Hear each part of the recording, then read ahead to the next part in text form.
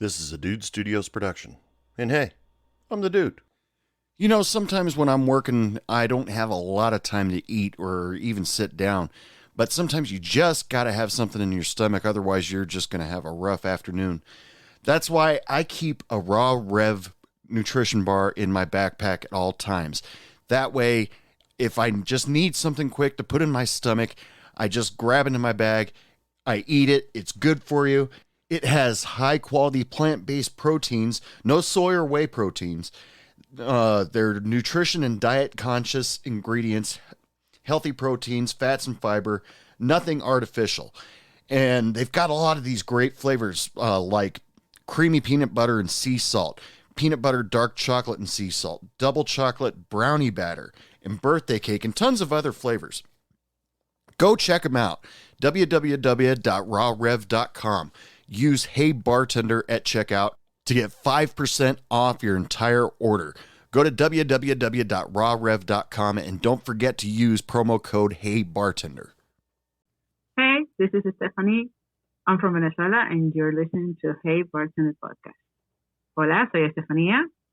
Soy de Venezuela y estás escuchando Hey Bartender Podcast.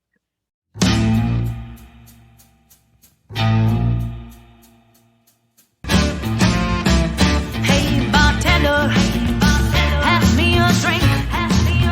The reason that I'm here is I need time to think. Anyway, like I said, welcome to Hey Bartender Podcast. You are my first person from Latin America to be on my show. Thank you so much, Steph, for being on here. Oh, thank you so much to you to give me the opportunity to be here on your show. I'm very glad to be here, though. This is amazing. Yeah, you and I kind of had to play tag for a little while. You were having kind of a rough spot a couple months ago, but I'm glad everything's back to normal and you're back home. Yeah, actually, I was in Colombia and I have kind of a problems there, and then I came back to Ecuador actually. So I'm glad that I'm here back. This is exciting for me having somebody from Ecuador on my show. This because I never expected. Actually, I'm from Venezuela. Venezuela, well, still from South America. I mean, I. Yeah. I'm still from. I'm not ruining your show. I'm still from Latin America. Don't worry.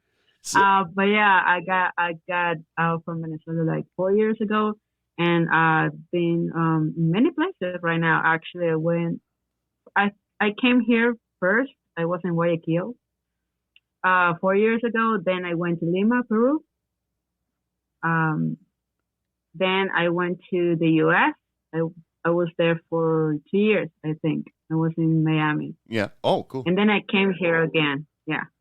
So I've been a little bit of places, a little bit here, a little bit there.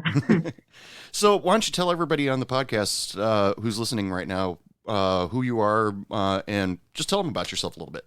Yeah, sure. My name is actually my whole name. It's Ana Stefania Sanchez Belmonte, but I like to be Steph for the friends.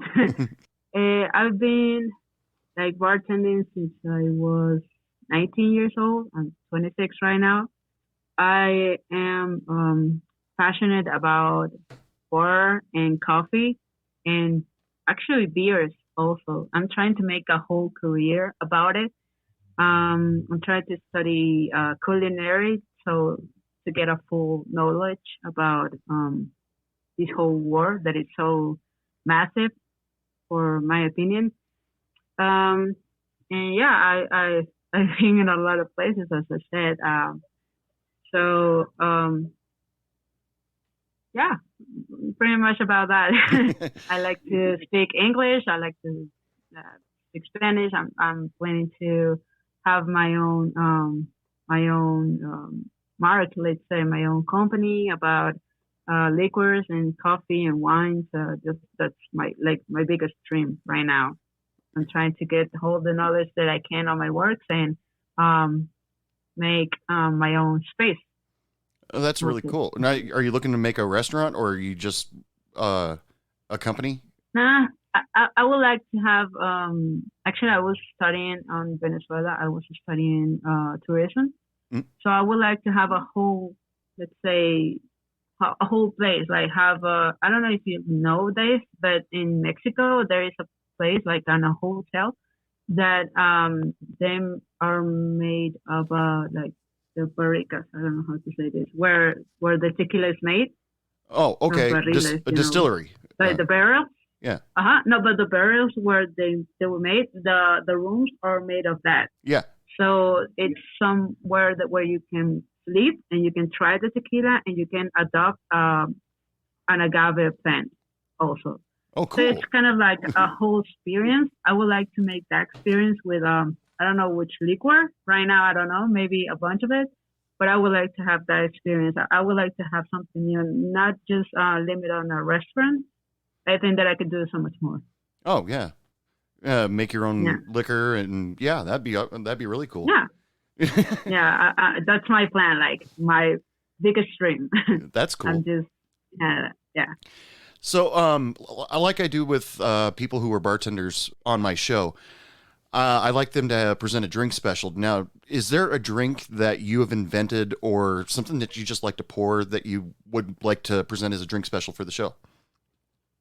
Sure.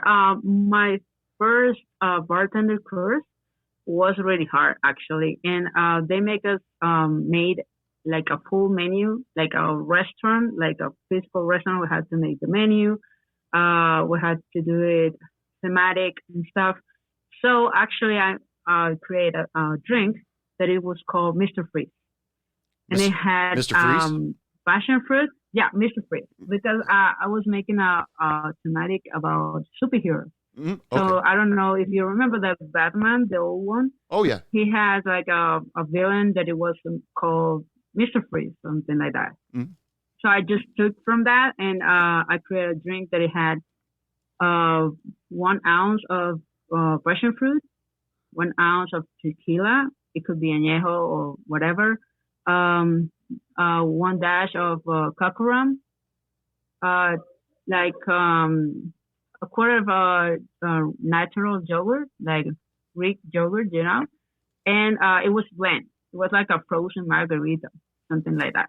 Oh. And for garnish, I would like to have like the pulp from the passion fruit and just put it under, like on at the end of the cup, the margarita cup. So it makes like a decoration. So it made like a separate thing between the drink and the pulp. It was a very interesting drink because it has tequila, passion fruit, and yogurt. So everyone thought that it will it will look weird and it will taste weird. But actually, it was like the best drink that I've ever made. Yeah, this sounds interesting. I don't think I've ever heard of yogurt being used in a mixed drink, but. Yeah, me neither. I was the only one on the course using yogurt.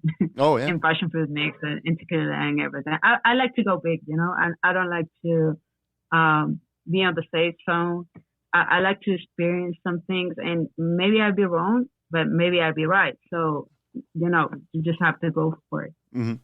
No, that's just plain yogurt, right? Yeah, it's plain yogurt. Yeah, not flavor, nothing. Just plain yogurt. If it does exist, I actually don't know if it does exist. If they find a passion fruit yogurt, could that be like a shortcut? You think? Actually, I don't know. Wow, that was just off the wall question. So yeah. Anyway, so that's the Mr. Freeze. Thank you so much for that. I hope hopefully some people out there try it out and let us know. Either email me or email you and let us know what they think of the drink. That would be awesome. It's very unique. Or if they have I'm sorry. No, please. Or if they have any doubt, they can go to my Instagram and just ask me whatever. I'll be glad to help anybody who need it. And your Instagram handle is what? It's Mixo. I don't know how to say the underscore. Yeah. Underline. Underscore. Yeah. And brewer. Okay. And that's it. I'll put that on the description of the show so people can follow the link and get to you. So that sounds awesome. So let's get started here. Let's get started at the beginning. You said you started bartending when you were 19 years old. Where did you start bartending? Well, actually, that was like the official beginning. Mm. My first time was I had like 18 years. I was with a friend, and we were in a party, and we just had this bunch of limes and mint, and he was like, "Let's make some mojitos," and I was like, "Do you know how to do it?" Because I didn't know anything about bartending on that time. So he was like, "Yeah, I'll teach you," and I was like, "Okay," and it was like the most fun and interested night of my life. I was like, this is what I like. I like to do this, you know. I was like, okay, this could be something. Then I started to bartend on my uncle's best friend business. He was like, I need a bartender. Would you like it? And I was like, yeah, sure. Mm. And I started to learn about bartending, like beers, like everything there. And it was kind of weird because I never thought that that I would do something like that. My first career before I studied tourism, actually, I was studying psychology. Oh wow. So I was really far from the bars. I was like, I never had this, like any idea that I was ended up working on a bar. So it was like, this is super fun. It's something that you do and you love to do, and you never feel like you're working actually. Mm. You feel like you're doing a hobby. So it was something that got me. It was like, this is what I wanted to do my whole life. Something that I do, I make money from it, and I will be fun. I will be like entertained my whole life. So I started there, and actually after that, I started to work on cafeteria. I put aside the part from bartending, and I started the barista part. And I learned from it a lot. And then it was like then it it was kind of hard because nowadays not that hard for women to be on a bar, but back of days it was actually in Venezuela it was really hard Mm. because they were like, you can carry heavy stuff and you can be at the bar because of this, because of that, and it was like I can do whatever. As long as I loved what I do, I can do whatever. But it was hard, so I stopped from bartending and started on the barista part because of that. It was like really hard to get a bartender job being a woman. Mm. So I just stopped from a little bit, but I start on that time to do some bartending courses, to go some places, ask the bartenders like, how do you do this? What do you think about bartending? Do you think that it's so much more than that, like more than just shaking and knowing some liquors? And he was like, yeah, Oh yeah. there is the mixology, that it's a whole world like ahead. You know, you can be a bartender, but being a mixologist, it's another world, it's Yeah. another thing. So I learned that I had a really long road to walk actually, and I started to work in breweries like art, like yeah, artisanal beers, you know, Yeah. like Yeah. Yeah. So I started to work with that, and I learned another word that it was so interesting also because the beer is so interested in that part, like when they started to use fruits or vegetables and they mix it and they started to do beer with it. So I started to learn that I have to study a lot. People think the bartenders don't study, and that's a lie though. Oh God, We no. study a Yeah. lot. Yeah. Bartenders, we we have have. to study like Yeah, yeah. we have to stay up on the new trends. We have to stay up on new drinks. It's yeah. There's a lot of work that We goes have into to it. keep the old things so we don't mess with the basics, and we have to know about the new things because we can stay back. So it's a really hard thing to do. And I started to learn about that. I started studying. I started to buying books. I have a book. I don't think that I have it right here, but it's called the Bartender Chemistry and Alchemy, something like that. I bought it on the US. And in Total Wine, they have this tiny book that it was like the whole history about bartending and all the liquors were there. Like each bottle had the description. I have it right here. Also, it was like, no, it's free. Take it. And I was like, really? This is like the best information that I could have. Yeah. And they're giving up for free. So it was like really cool. But yeah, we have to study a lot actually. And I learned that, and I came here to Ecuador actually, and I started to work in a very important hotel as a bartender until like a week ago, because I was covering an employee that he was sick.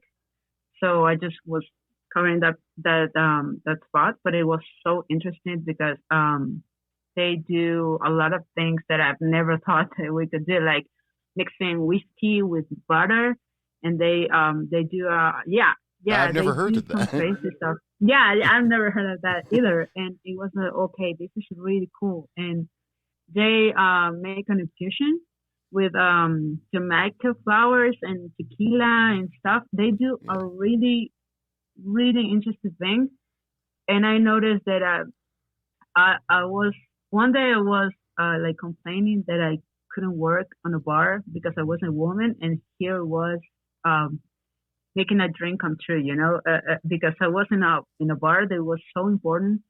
Actually, I I think it was like 2 weeks ago, I met some Victoria's Secret models. They were here because of wedding. Yeah. So they were on the bar, and I was like, okay, this is huge. You just, when you start something that you like, you just work hard. And then you don't realize when, but you're just on your dream. You're making your dream come true. So, yeah, that's kind of like my story until now, because I have a lot of things to do, of course. But yeah, I've made a lot of things actually. Well, that's really cool. Yeah. I mean, starting at a young age and then just all of a sudden realizing, okay, this is what I love to do. And studying psychology, isn't that abnormal for a bartender? Because bartenders, the traditional, bartenders sometimes hear problems that they won't tell their doctor. And and so being having a little bit of background in psychology, that can't hurt really. So yeah, actually it's very useful because psychology, if you want it or not, it's in every places.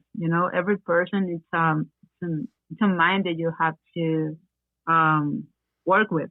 When you're on the bar, there are some people that are too drunk and they start to telling you like their problems, and you're like, okay, I'll hear you, and that's it. But you're kind of like a psychologist behind the bar sometimes. So yeah, I didn't do that much. I think it was like 2 semesters, but still it was a part of a career that I have. It's something that when you got knowledge, that's something that you take. Yeah. No one's going to take that from you. Yeah. So yeah, it's kind of weird now that I think about it, but yeah, I was kind of lost at the beginning. I didn't know what to do with my life, and to be a bartender, you have to know that you like it, and you don't drink, or you don't usually drink when you're underage. Right. So here in Latin America, it's not a problem to drink when you're underage, but you shouldn't. Right. But it's kind of like difficult to know that you will like to be a bartender when you're young. Even though I've heard of people that just like 25, I want to be a bartender. I'm glad that I realized when I was like 19, because I had the time to study, to make a background on my CV, my curriculum. So I'm young, but I have a lot of things. I've worked in Venezuela. I've worked here in Ecuador twice. I've worked in Peru and the U.S. So I got a lot of experience, and I know that I can like I can have more, because you'll never have the enough knowledge.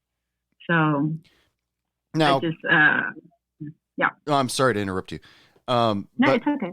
you're jumping around from country to country, and Yeah, the liquor laws have to be completely different.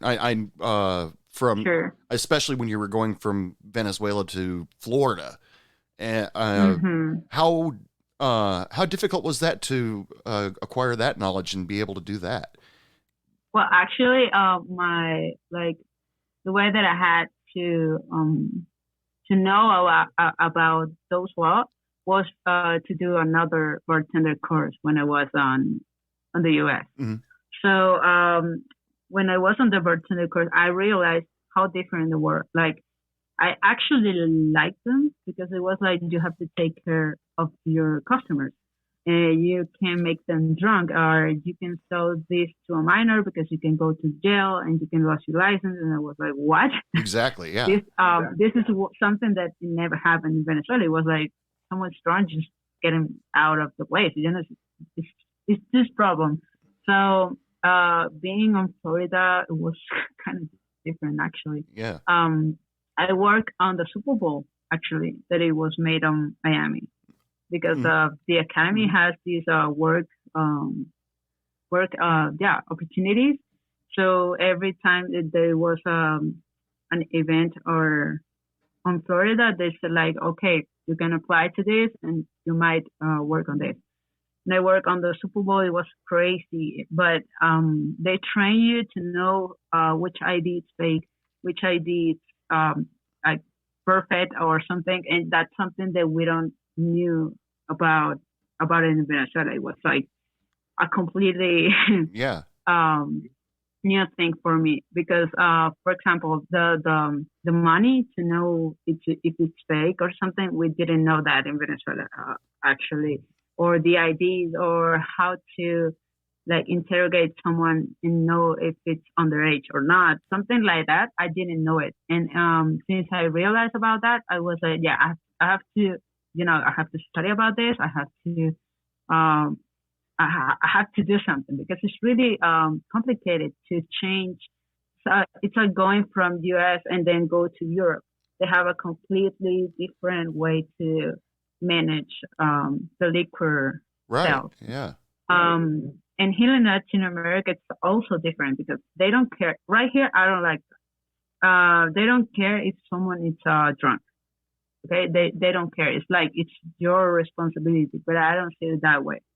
Since I was in the US, I really like the fact that you have to take care that your customer is not drunk. Mm. Because at the end of the day, the experience that we're trying to sell, it's the customer enjoying the drink, Right. not to harm herself. So it's like that's something that I have from there. So that's yeah, it's kind of complicated because there are a bunch of countries that they don't care about that, and there are a lot of them that they do care. Mm. So you do have to be aware when you're jumping like me from country to country, like where are you have to be like different when you're a bartender. So yeah, it's kind of it's kind of different. Yeah, I've always been a little bit curious about that because back in high school, every other year they would let the students take a summer vacation of sorts, sponsored by the school, to Mexico so that they can experience the culture, use their Spanish class in real life situations. But one of the my classmates that went there, they told me that I looked at the pictures that they took, and their face was bright red, and like they'd been in the sun all day. And I'm like, that's not a sunburn. You're drunk. And she's like, don't tell my parents, because according to our Spanish teacher, she said in Mexico, if you can hold a drink, you can drink the drink. That's pretty much their policy. They didn't want to encourage the students to drink, but they weren't going to stop them because that's the way things are in Mexico. The problem, yeah. And so, yeah, they a couple of my classmates, they had a few drinks, even though they were under 18 at the time. But I've been curious for a really long time about the liquor laws down there. I mean, like you said, pretty much you could get drink even though they kind of you can get a drink even though they kind of discourage it. But yeah, it's like you shouldn't drink when you're underage, but that doesn't happen here. Yeah. Because in Venezuela, actually, I started to drink. I'm going to tell you. I think it was 15 or 14 years. Mm. So it's really young. Yeah. For me to be drinking, but it was like, it's just a little bit of wine, or we have a drink that we drink on Christmas that is called it's like a punch, but it's not like a fruit punch. It's made of egg, and it's kind of like eggnog, like Bailey's. Yeah, that one. Okay, yeah, eggnog. Yeah. So we drink that when it's Christmas. It's sweet, but it's made of rum. Sometimes it's with a hardest liquor. So we drank that when we were young. So it's kind of like our culture. We don't have that limitations like the U.S. Mm. So, or maybe another country, but the U.S. I think that is the most hard. Yeah, it's really strict. Drink underage. Yeah. Yeah, I remember that I went to Vegas when I was 19, and it was like, damn, I should be drinking because I'm 19. So yeah, it was like, but I know that in the U.S. you should be drinking, but you can't drink under 21. So yeah, very different. Sorry, between Latin America and some other countries.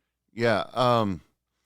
Here in America, I mean, if you serve somebody, even if you even give a drink to somebody that's under 21, you get heavily fined. No. You could potentially lose your license, and there's a bunch of stuff involved with that. I've seen it happen only once, but I remember that I was told about that. It was like you have to serve. If you see one person and he asks for 5 drinks, you can't give 5 drinks to one person because you don't know where the 4 other drinks are going.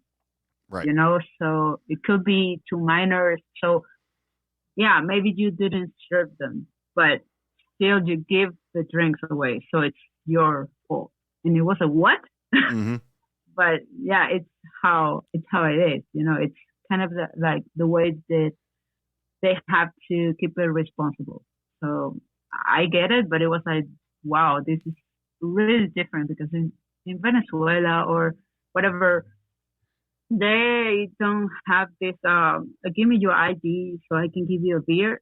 That's really weird, actually, in Venezuela. Mm. It happens sometimes, maybe in a supermarket or something, but there are some stores or some places that it's like, yeah, take it. Mm. So, actually, yeah, Latin America is very different in that drink laws. So it kind of like doesn't exist. So how do you handle it? I mean, say you're working behind the bar and you look at this potential customer that is, you would probably say maybe 16 if you looked at them. Does it make your stomach turn, or do you question them, or do you say, no, I'm sorry, I'm not giving you this, this margarita? Yeah, when I actually know that they are really underage, because I know that sometimes people look younger than they are. Mm. It happens to me. Sometimes they're like, your ID, and I'm like, I'm 26. But they're like, you look younger. So that's something that also happens too. But if I do look someone from their attitude and from their look, that they look underage, sorry. It's like, I'm sorry, I can't. I can't give you this. And I can speak to a manager and tell them like maybe another bartender, but not me. Because maybe you can drink whatever in your house. That's your problem. But drinking here, maybe you'll be in danger after this. I can't. I'm not. That my moral doesn't let me. Yeah. Let's say that. Yeah, that's the moral judgment comes along with even the bartenders in the United States. I mean, even people over 21, we sit there and we look at people that probably shouldn't have had that last drink and they're asking for another, and we're like, no, I'm sorry, I can't give you another one. Sometimes that can be good. The results of that can be good. Sometimes the results can be really, really bad. But the moral judgment comes up, and you just Yeah. And I remember now that I just like got a flashback. The first job that I had as a bartender, I remember there was this girl. She was like extremely drunk, and the place that I worked was it has a pool. So I was like, maybe she falls in the pool and she's too drunk to swim. I don't know, dude. And she was asking for shots, like tequila shot. And I was like, no, dude, stop, go home. You're too drunk. And it was maybe, yeah, okay, you'll say it's stupid. If she falls to the pool, someone's going to get her. But maybe the other people is too drunk too to go for her. So it's like, no, that's where it started. Actually, before I went to the US, I was like, this is not right. This is not right to overserve people. That's not cool. Because maybe with women, especially, it's a danger. Maybe some guy is going to take advantage of her. Yeah. So I'm thinking like a girl too. It's like she's too drunk. She's not going to know who's going to take her home or anything. So no, I have like that moral way before the US just made it stronger. Actually. Yeah, well, you have to protect your customers, whether they're male or female too. I mean, you get in car accidents, go home with somebody they shouldn't, or even worse. Yeah, being a bartender or server, you have to protect your customers because you want them to come back eventually. Yeah, exactly. In most cases. Yeah, I'm sure there's one or two customers. Yeah, sometimes we don't want to, but most cases it happens. Yeah. But that's really cool that even though the liquor laws in South America aren't as strict as they are here in North America, you still follow your moral judgment on whether or not the person should be served or regarding their age or their situation. Yeah, that's actually very cool. Yeah, I believe that we should have morals and ethics. Yeah. So this is a career too. I don't feel that being a bartender it's just a job. I think that it's a full career, and it's something that you have to be passionate to being a bartender. So I believe. I remember also that once I was 17 actually when this happened. I got too drunk and I ended up like in a coma. I didn't I couldn't move. I couldn't wake up. I couldn't eat, like nothing. So it was like, imagine being alone, because I was with a friend and she was protecting me. And we weren't in a public place. We were drinking in a car. But imagine having the experience alone on a bar. So it was like waking up too. Like, this can't happen to anyone. Maybe you don't have to have the experience from your skin, but you should think about it. Like, being a bartender, you should think, okay, this is a person who has a mother, who has a brother, who has a husband. Maybe you should be empathic. Like, you should take care of your customer just to be empathic. You don't have to be like, oh, he's going to return and give me more money. Just being empathic, like, he's a person or she's a person. That's the way that I think. Yeah, that's admirable. I admire that quite a bit. But which makes me feel bad about the next subject that I'm about to ask about, because now I told you before that I've talked to people in different countries who are bartenders, and the what people get paid, the tip situation, it seems to be different pretty much everywhere. Well, Canada is pretty much the same as America, but England is completely different because they get paid an actual hourly wage that is livable, and they don't get they actually don't tip bartenders in England, And I've heard in Japan, it's actually insulting if you tip bartenders there. What's it like in South America? Well, actually, here it depends on where you at. Actually, pretty much, because here in Ecuador, I've had when I was working in this hotel, yeah, we had a lot of tips, but it was because we were working with maybe American people or Russian people or people from outside, they're foreign. So it's different. But when you work like with Ecuadorians, it's weird to have a tip. But I don't know why. It's the culture. But it's not because you earn a lot of money, but it's not because they don't want to give you a tip. It's kind of weird. I don't know. But in Venezuela, I can talk about Venezuela. They give you tips. And in Peru too. It's like, you give me an awesome drink, take. Just have to tip and that's it. Here it's kind of like the US also. Like you just give the 10% of service and the tip that you wanted to give. Mostly. And it's kind of like the same. Do you also make an hourly wage? No, actually no. We just have like the daily wage. Oh, okay. For example, let's say this month I think I was like $400 maybe a day. That's like no. Oh, I was just wow. No, no, the month, the whole month. Oh, for the month, like $400. Yeah. Okay. Is it like the most average monthly wage? Okay. That's like the minimum salary. That's minimum here wage. In Ecuador. It's $400. Yeah. Okay. Well. Then you have the 10%, and then you have the tips, and then maybe you do 600, 900 per month. So that's kind of like the wage that you have here if you have a really good job. Yeah. I was just curious because even here in America, I've talked to bartenders in like New York, where they don't get paid an hourly wage. They base their salary on just their tips alone, and things like things like that, where you get you're a server, you get a table of 6 people, they eat all this food, they run you back and forth, they drink all these drinks, and then they don't tip you. And that can really hurt you.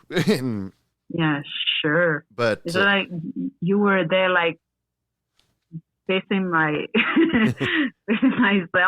and then it could be helpful. That happens here too. Like a table of 10, and they stay like 10 hours. I don't know, and they stay like there and then just leave, and it's like, okay, no tip, and it's like, what? Yeah, there are some places that actually in here I lived one time in a Indian restaurant. I was as a waitress, and they took the tip from me. They took it from you? Yeah, I got like $50, I think, in one day, and they took it. It was like, you get paid, so you don't need the tips. And I was like, what? That's my job. So, yeah, the tips is something, I think, controversial. I think worldwide, because there are some situations with the tips that are really dedicated. Like, tips should be for the person who's earning it. So it might be the waitress, might be the bartender. So, but yeah, the tips are, it's like a reward for good service, and or or just being generous. But to have it just taken away from you just by saying, no, you make enough money, that's insulting. Yeah. Yeah, it is. Actually, it is. I've always thought that tips are like the salary for your hard work with the customer, like directly with your customer. So that's something that no one should take from you, or no one should okay, you do use your own salary, so go and try to have tips so you can have some salary. It just shouldn't be treated that way. It's like, I'm working for you and I'm working for them. So I deserve both incomes, It's like, I'm just saying. Yeah. Was a friend, somebody that was on the show a little while ago. They, kind of the same thing happened, but the guy was trying to impress his date by tipping the bartender really well. But after he dropped his date off, he came back to the bar and asked if he could have that money back. And what? Yeah, that ridiculous story, right? Yeah, it is. He's like, no, I'm taking it back. What? No. You'd be like, I'm sorry, I don't know what you're talking about. Yeah, I don't know you. But yeah, living in that area. Well, where exactly do you live in Ecuador? in Quito. Oh, Like the capital. oh, in the Quito. capital. Yeah. So living Yeah. in the capital, is it a big deal for like tourists and stuff like that if they ask you questions about where can we go from here, or where's something? Do you get a lot of tourist questions? Yeah, I do. A lot. Actually, here in Quito, there are a lot of tourists. And I'm not impressed because here in Quito, you have a lot of things to do. Most, they have like the middle of the world. That's something Right. that it's from Quito, and okay, but you have so much more. So, people from like the tourists is like, where can I go? And I'm like, I don't know. I'm pretty much a tourist like you right now because I came here. I think it was in December, so I don't have not even a year. Yeah. So it's like, I don't know, dude. Yeah, that's So- rough then. You're not local and they expect you to know Yeah. these things. Yeah, when I was working on the hotel, they were like, "How is that mountain called?" And I was like, "I don't know. I'm Venezuelan. I'm sorry." And they were like, "Oh, okay," and they knew the name of the mountain, and they were like, "That mountain is called like that," and I was like, "Okay, thank you," because the hotel has this view, like really incredible. So you can see pretty much the whole center of Quito. That is a historical place from here, actually. Mhm.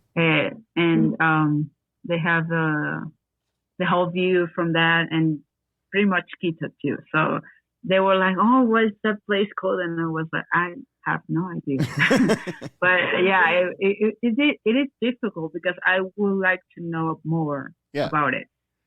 Because as I said, I was studying tourism, and I would like to have that like knowledge, so I can give them the information that they want. Especially if I'm working on the bar with a hotel that is really important. I was like, dang, I don't know what to do because I was like, I should know this stuff, but it was so quick, also roughy, like the way that I got into the job, because it was like, hey, we need a bartender tomorrow. Okay, I'll be there tomorrow. So it was like really rushy, and when I got into the hotel, there were so much things to learn because, for example, they have the Negroni. They don't have like the regular Negroni because the company is with blueberries and raspberries, and it's infusion with Yeah. that. So I have to learn that. I have to learn like they have I don't know. I don't remember the name of the albahaca, but they have like 7 or maybe 12 different syrups that they make right there. Right. Like apple syrup. They have spicy rum. They have a lot of things. So it was like, or either I concentrate or learn these things, or I concentrate in the tourism of Ecuador. But Right. it was a lot of things. So Well, that's another thing that you, like you said earlier, you have to be constantly learning Yeah. in order to keep up. Whether it's not just about the drinks and the food, it's also about the area. People will, expect you to know everything from the biggest tourist attraction to where's the nearest gas station. So, Yeah. They were like, "Where's this restaurant?" And I was like, "I don't know."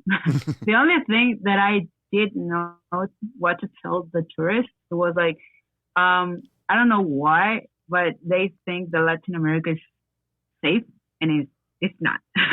So where the hotel was, it was pretty in the morning, but it was dangerous on like at night. yeah. And they were like, "We're going to walk," and I was like, "No, no, no, don't do that." So they were like, "Why?" And I was like, "Okay, maybe on the daylight it's pretty, but on at night it's really dangerous. You shouldn't go anywhere walking Mm. like on this area. Maybe you should take a cab. I know that it's ridiculous because it's like 5 minutes walking, but trust me, you should not walk." But that's the only thing because otherwise it was like I really don't have any idea. It was like I asked my my mates, like my crewmates, Mm. like, "Where is this?" Because he's asking. And the funny thing, it was like pretty much the people that was on the bar, they talk in English, and they don't know how to talk in English. Mm. And it was like, "Okay, so tell them this," and I was like, "Okay, yeah, you should go this way and this way." So it was like they didn't know how to give the information, and I was like, I don't know the information. So it was like a team. Yeah.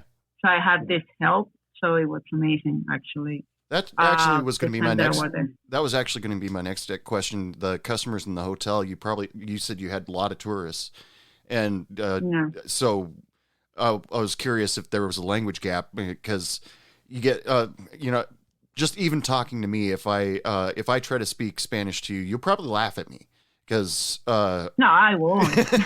I won't. Believe me, I won't. Actually, I in Miami, I worked with Canadians, and yeah, and they tried to talk in Spanish, and I was like, "You're so good at this." The only time that I laughed, it was because one of my bosses was like, "We're trying to say red hot chili peppers."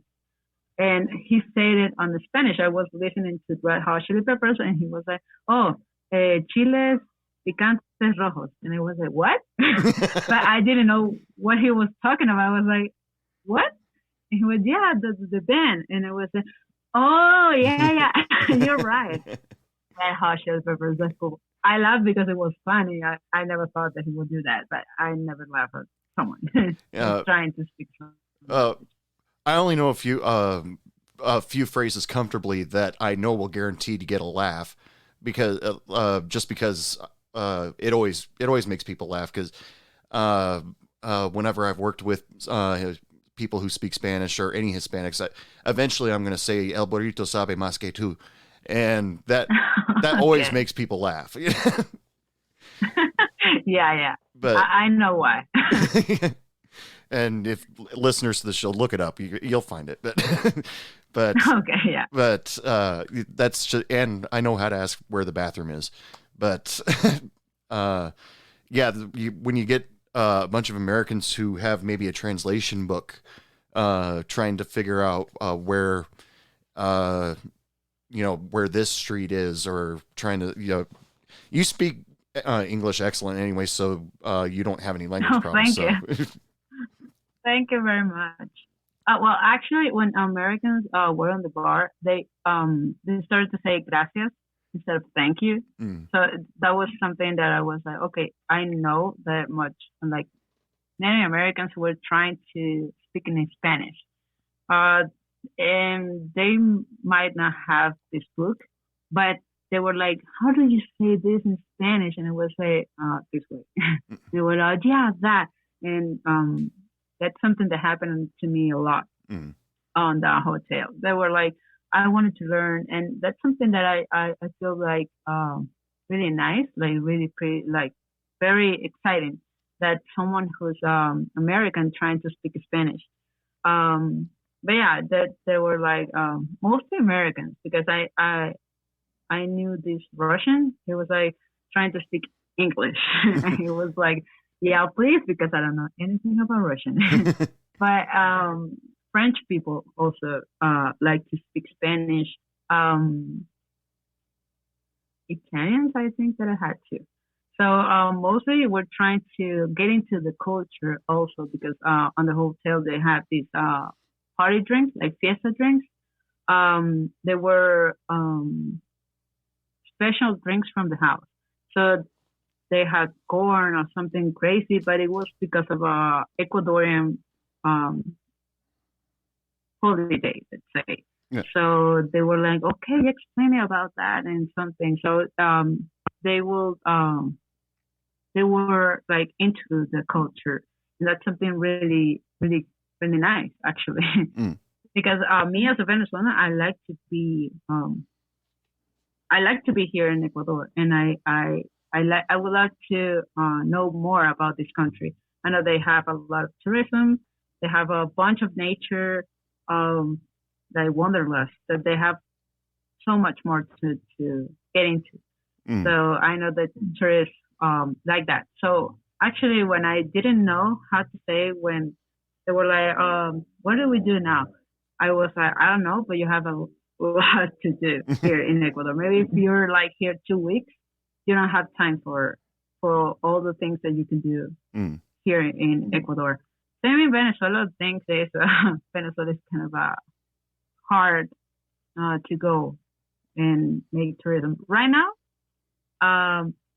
I've seen some Americans and Canadian people going to Venezuela. Actually, Mexican people. Yeah. So it's crazy because I don't know. I have 4 years, almost 5 years that I don't go to Venezuela. Yeah.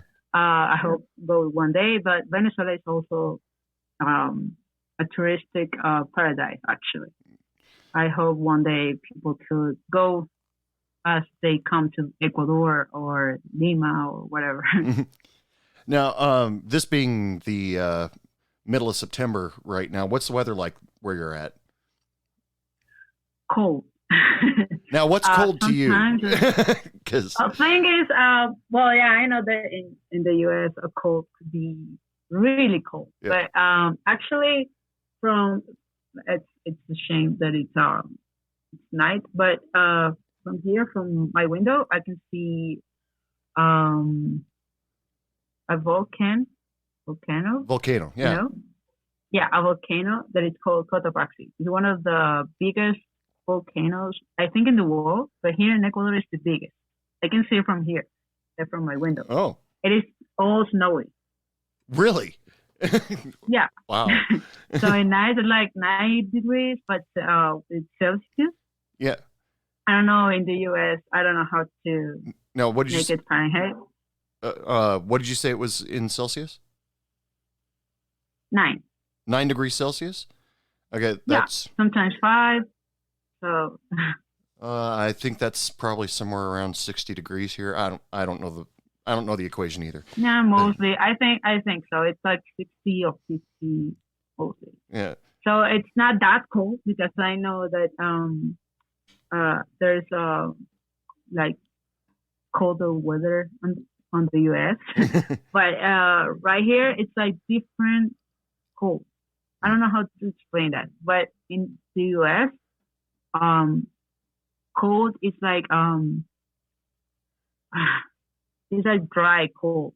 You know, it's not with humidity. When it's humidity, like here, it's like colder. That's why I say that it's cold because with the humidity, it feels like it feels colder.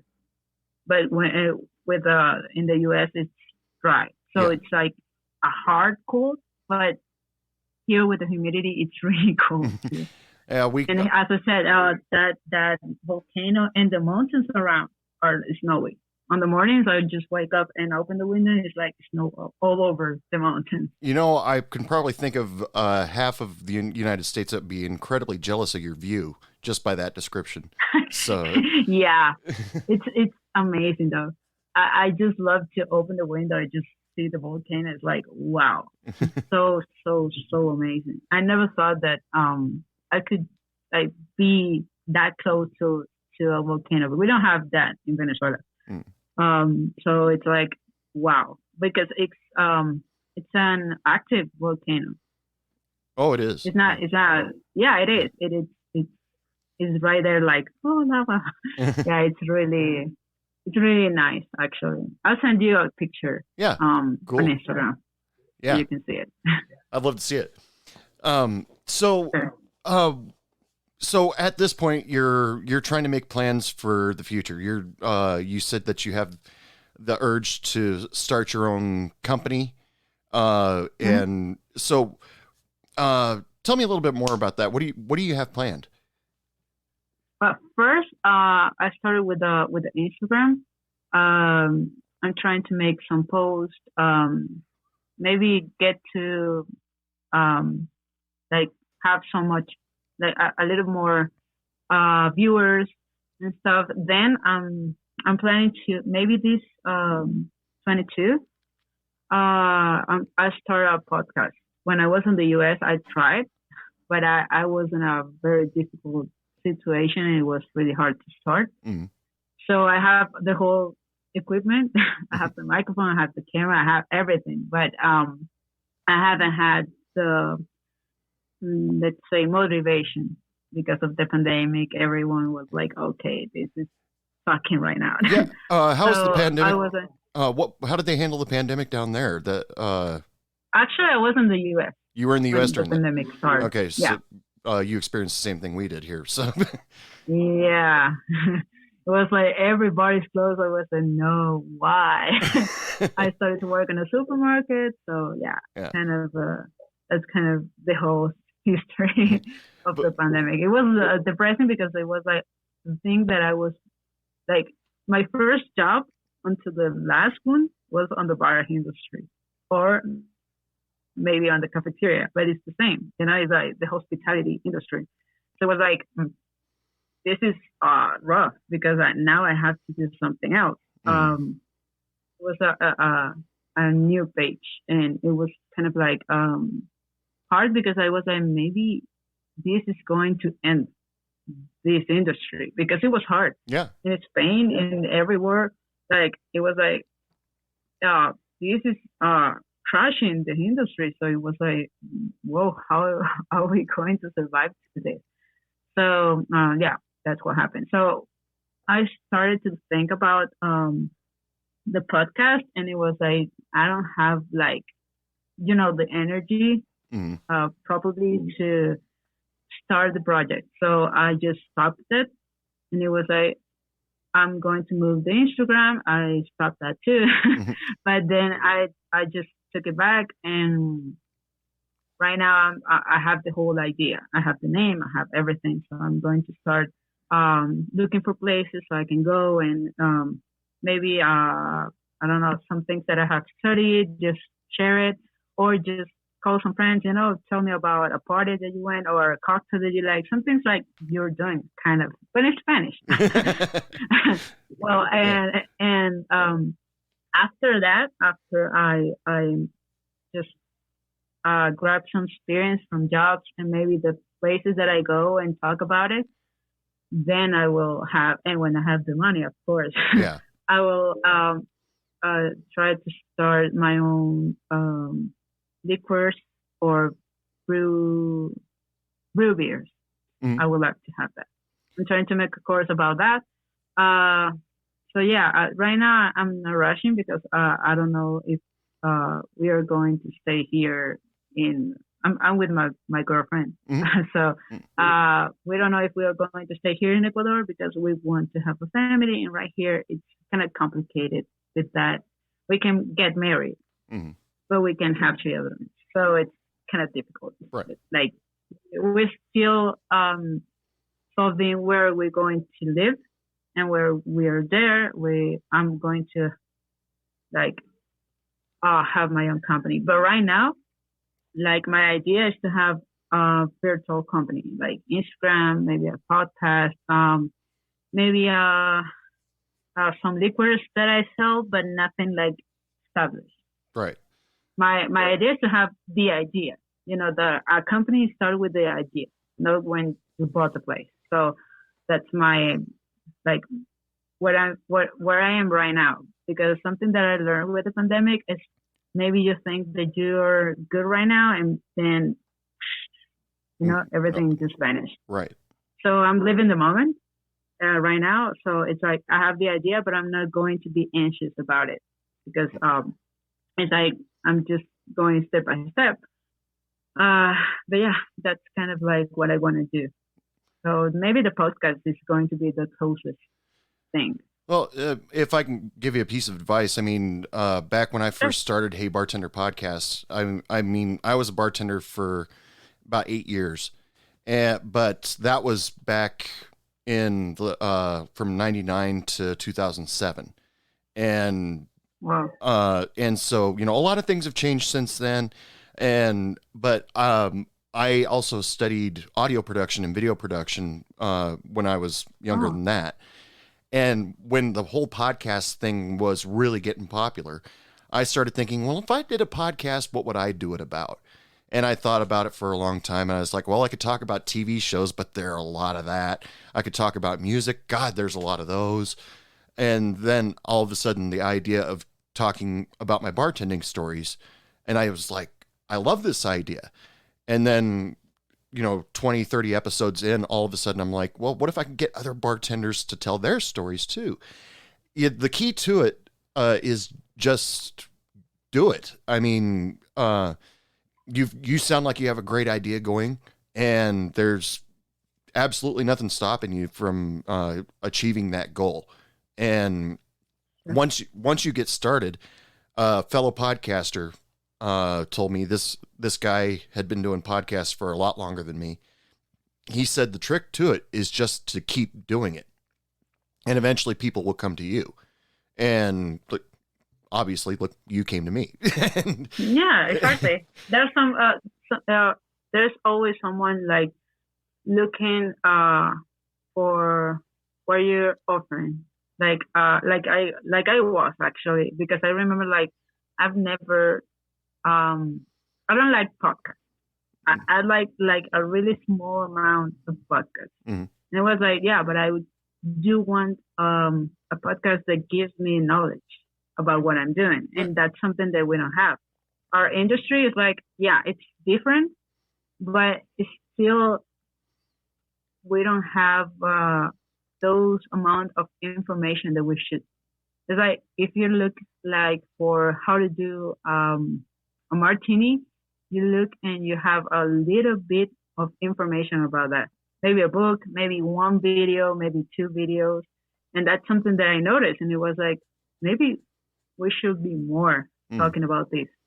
Maybe not about the whole information, but yeah, about our stories. Maybe it could help someone who's going through that we were going through in that time. Exactly. And maybe we could help him or help them.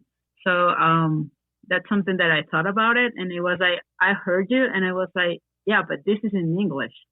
There's a bunch of people that is bartender and they don't speak Spanish. Right. Sorry, they don't speak English. They speak Spanish. So it was like, yeah, I could do this. And it started because it was a friend actually that we were, I was giving her a bartending class in English because I was having an English course face to face. And yeah, actually, I saw the link to that in your Instagram. You have a masterclass, or is yeah, that's cool. And people. Yeah, I would love to. Yeah, I was going to do that, and I moved out, and I was like, damn, I have to wait and then going to promote that again, because I was like, I wanted to do a masterclass, and then at the end of the masterclass was like I was going to do like an exercise, and the one who won that exercise we're going to won like a full course of bartending with me. Sure. So it was like no limits. It was like English, Spanish, no limits. So I was doing that with my friend, and she was like, "You should do a podcast about this." You know, it was like, "You're right." And she was like, "Yeah, and you should talk about with people like what kind of wines they had, or what kind of drinks they had, what kind of drinks they like, or you know, I could be your first guest." And I was like, "Sure, this is a great idea." That's how it was born. Actually, it was because of a friend. I'm sorry. So yeah, it was an idea that like light me up. It was I love this idea. I like to teach. I like to talk about what I know in the industry. So it was like, why not? Yeah. It sounds like it's a lot. Your ideas a little bit more focused than mine, because mine, I don't think of my ideas. My podcast is very focused, but because all I talk about is it's supporting people of the service industry, because the customers, they don't necessarily, not all of the customers treat us very well, and No. it's all about the people, and the only time I really talk about liquor is the drink special at the beginning of the show.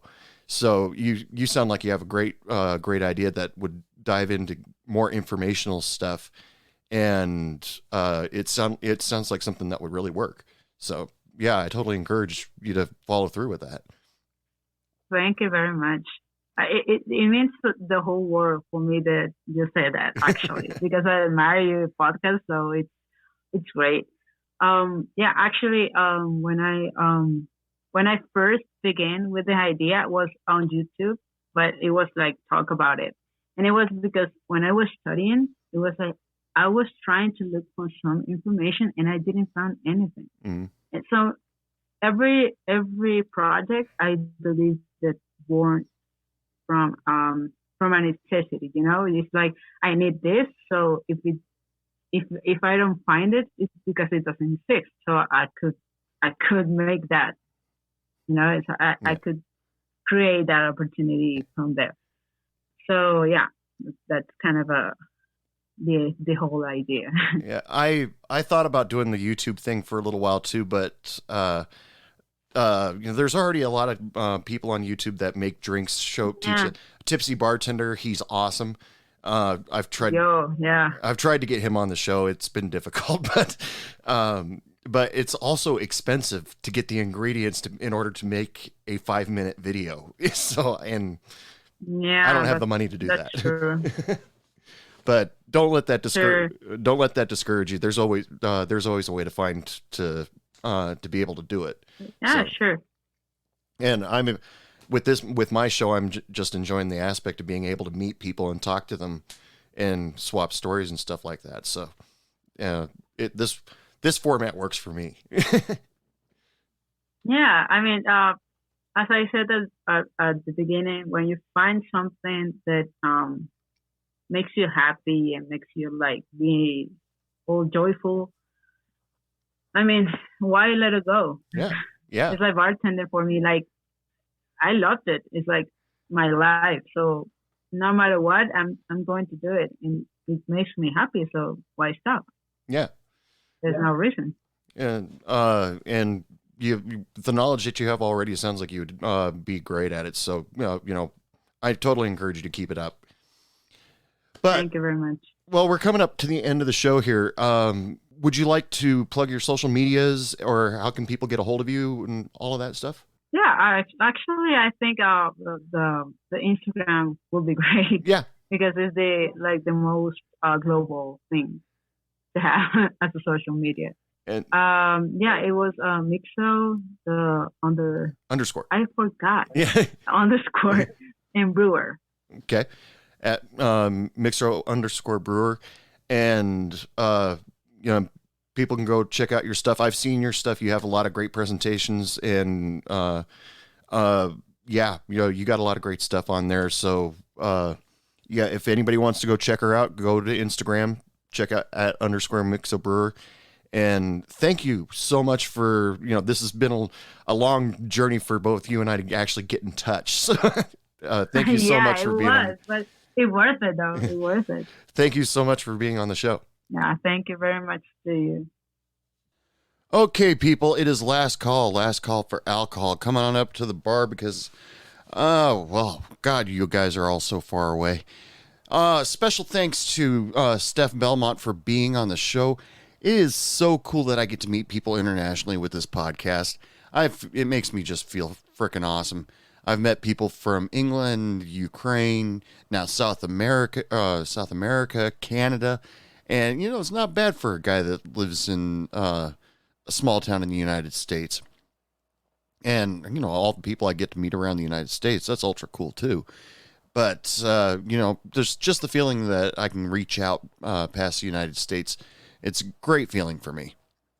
Also like to thank, of course, Laura Hope and the Arctones for letting me use one of their songs for the intro to this podcast. Remember to go check them out. Go check out more of their music, buy their albums. I personally just ordered a couple of their vinyls, and they'll be at my house soon. I'll post that on TikTok a little bit later, and it'll be on Instagram too. What am I saying? But I just ordered myself a couple vinyls because I love vinyl records, and they've got some great songs going on there. I'm a big fan of rockabilly, and they do it well. Quick reminder, you guys, I've got a big plan coming up for TikTok coming October. So if you're not following me on TikTok, Instagram, or Facebook, you might want to do that because I got something really cool planned. All of my social medias are at Hey Bartender Podcast. And remember, guys, if you want to email me, all you have to do is email dude@heybartenderpodcast.com. If you have any complaints, grievances, just want to talk, or you want to be on the show, all you have to do is just email me, dude@heybartenderpodcast.com, and you know what? I can make it happen. Or if you follow me on social media, send me a message, because I love meeting you people, and your stories are awesome, and it's just fun. I love doing this show. But that's it, ladies and gentlemen. It's time to turn off the lights, get out of here. So, as usual, I just want to wish you all lots of love, lots of sex, lots of happiness. And remember, don't take any shit from anyone. Good night. What do you mean it's last call? I just got here!